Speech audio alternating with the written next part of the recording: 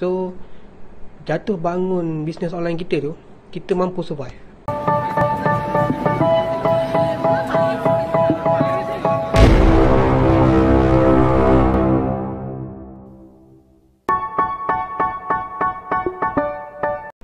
Hai, Assalamualaikum warahmatullahi wabarakatuh dan salam sejahtera. Saya Alif Zakwan. Hari ni kita nak bincang tentang saya nak kongsi tentang bisnes online. Bisnes online ni satu, orang kata, benda yang semakin meningkat naik. Ramai yang jadikan bisnes online sebagai platform pendapatan tambahan. Ada mereka yang dah bekerja tetap, pekerja kerajaan, tapi tetap buat bisnes online. Kenapa? Kenapa buat bisnes online ni? Tapi saya tak nak cakap tentang kenapa mereka jadikan bisnes online sebagai satu pendapatan tambahan. Tapi saya nak kongsi tiga. Saya nak kongsi tiga kesilapan awal yang dibuat oleh mereka yang baru nak start bisnes online. Tiga perkara penting yang selalu terlepas pandang bagi mereka yang baru nak start bisnes online adalah yang pertama,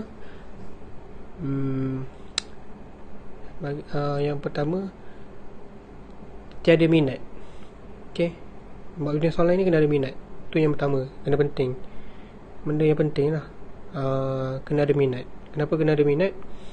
Sebab kalau tak ada minat, kita hanya buat tu sekadar nak tak nak je. Nak tak nak je, sekadar melepas batu di tangga, macam tu lah. Dan minat ni kena ada. Minat ni kena pupuk lah. Contoh, kalau you nak buat bisnes online, you kena tahu yang pertama, apa yang benda yang you minat. Sebab apa kena cari benda yang you minat ni? Sebab bila you dah start bisnes online kan, you target untuk berjaya. Kita target untuk berjaya. Kita tak nak dah buat tu sekadar ikut trend. Tak nak ikut macam orang lain buat, kita nak cuba. Tak nak cuba-cuba macam tu kan. So bila ada minat, bila kita minat tu kita dah pupuk awal-awal, so jatuh bangun bisnes online kita tu, kita mampu survive. Kita mampu survive bila kita ada minat. Contohlah, bisnes online kita minat buat tudung kan. Ada yang minat buat tudung, ada minat yang buat produk kosmetik. Dalam bisnes ni bukan semuanya smooth je. Pasti ada turun naik dia. Pasti ada turun naik dia. Dan kita akan belajar sesuatu daripada jatuh bangun kita tu. Bila dah ada minat, contohlah, tiba-tiba apa yang kita buat tak macam yang kita plankan. Bila tak macam yang kita plankan, so semuanya akan jadi down lah. Moral kita down. Dan orang lain berjaya, boleh buat, kita tak boleh buat. So bila you minat, you kena pastikan you betul-betul minat tudung tu kan. Tudung, you minat pakai tudung, you minat untuk menggayakan tudung. Kalau you minat untuk buat produk tudung. Kalau you minat kosmetik, you minat makeup, you minat yang produk tu, you tahu bahan-bahan yang digunakan tu. At least you tak buat hasil. You tak buat hasil, you boleh kongsikan tentang bila macam produk, macam kita tahu, bila terlalu hasil, orang sekarang semakin pandai, pembeli makin pandai. Mereka tengok, mereka tak akan membeli jika ayat-ayat copywriting sama macam orang lain.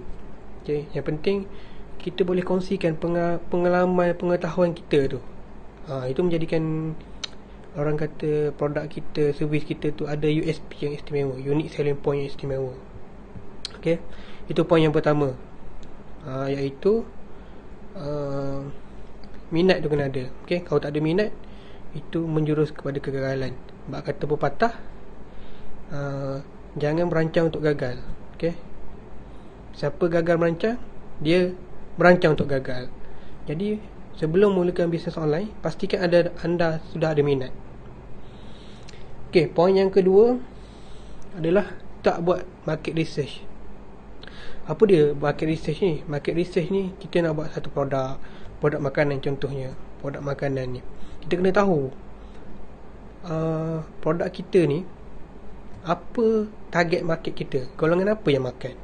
Okey, sesuai untuk semua golongan ke, sesuai untuk kanak-kanak sahaja ke, sesuai untuk perempuan sahaja. Itu adalah target audience ataupun orang yang kita target. Okay, bukan semua orang akan beli produk kita. Yang kita kena faham adalah orang membeli kerana emosi.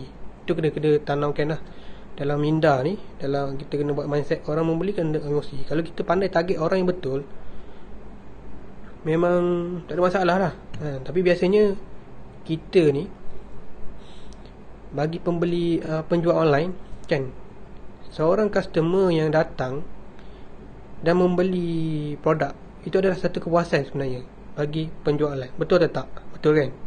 Okay, so pastikan kita buat market research betul-betul. Kalau kita minat kosmetik, kita nak buat produk kita ke kosmetik kita sendiri, pastikan kita ada knowledge pasal produk-produk yang kita nak buat tu. Okay, contoh toner, contoh foundation, kita boleh cerita apa contoh foundation ni kan. Kita tengok pesaing-pesaing kita. Okay, pesaing-pesaing yang jual foundation juga, yang jual toner juga, yang jual pencerah kulit kan, pelembab kulit.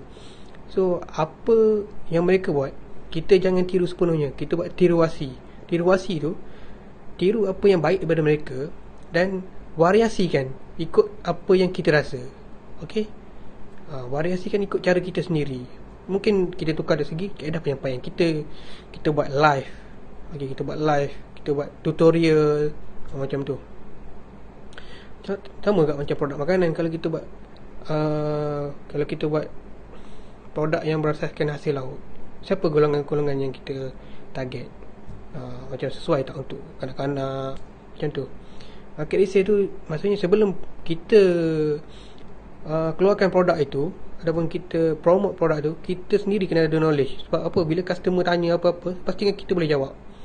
Okay, contoh bila kita dah buat team sendiri, bila kita dah ada pasukan sendiri, tim perang sendiri, ejen sendiri, kita boleh guide dia orang. Sebab kita nak pastikan orang-orang ni berjaya juga. Kita nak kita berjaya je seorang, kita nak pastikan orang lain pun berjaya juga. Okay, itu poin yang kedua. Poin yang kedua, pastikan anda buat market research. Kalau tak buat market research, maksudnya anda sekali lagi merancang untuk gagal. Okay, poin yang ketiga. Okay, last poin yang ketiga adalah mudah give up. Okay, mudah give up. Mudah give up ni satu benda yang normal lah kan. Kalau you tak ada rasa give up, awak adalah seorang yang gila. Okay, kalau tak ada rasa give up, awak adalah seorang yang gila. Jadilah orang yang gila itu. Sebab apa saya cakap macam tu? Sebab kita akan rasa situasi-situasi macam ni bila kita dah plan baik punya kan, bila dah kita dah marketing semua, kita dah ada minat, kita dah kita dah buat market research betul-betul. Tapi bila kerja lapangan ni adalah situasi yang betul-betul terjadi. Okay, dia takkan sama macam apa yang kita rancang kan. Kalau smooth je, itu Alhamdulillah lah. Tapi contohlah tiba-tiba produk kita kena return balik ke, semua official, tiba-tiba ada komplain daripada customer, produk kena return, itu akan jadi masalah lah. Okay, apa yang kena buat, jangan mudah give up. Okay, ingat satu benda ni, huruf tu ada 25 huruf kan, A sampai Z. Kalau plan A tak jadi, ada 24 huruf lagi. Ingat tu. Okay, yang kedua, kalau ada orang English cakap lah, orang English cakap if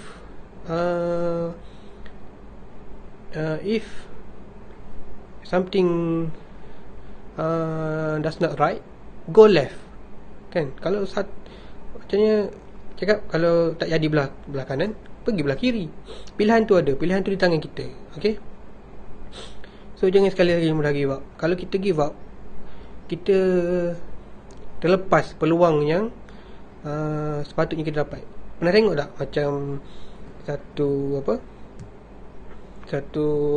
gambar kan, gambar yang mana ada dicangkul, ada dua orang, satu dah mencangkul lama dah, tapi dia give up, dia tak tahu yang depan dia tu ada belian. Satu lagi dia terus mencangkul. Okay, walaupun dia bermula daripada belakang lagi. So kita tak tahu apa yang akan jadi masa depan.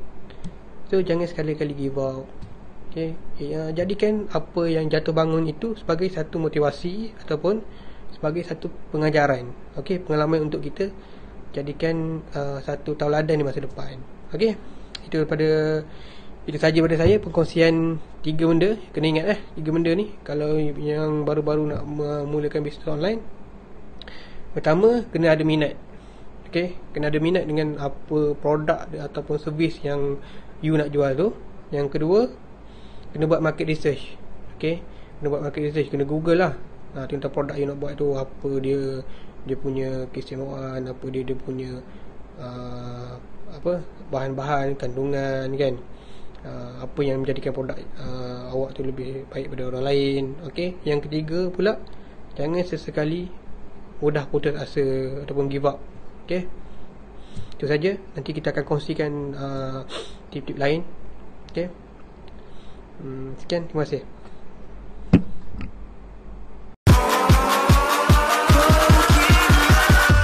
Catch 'em all.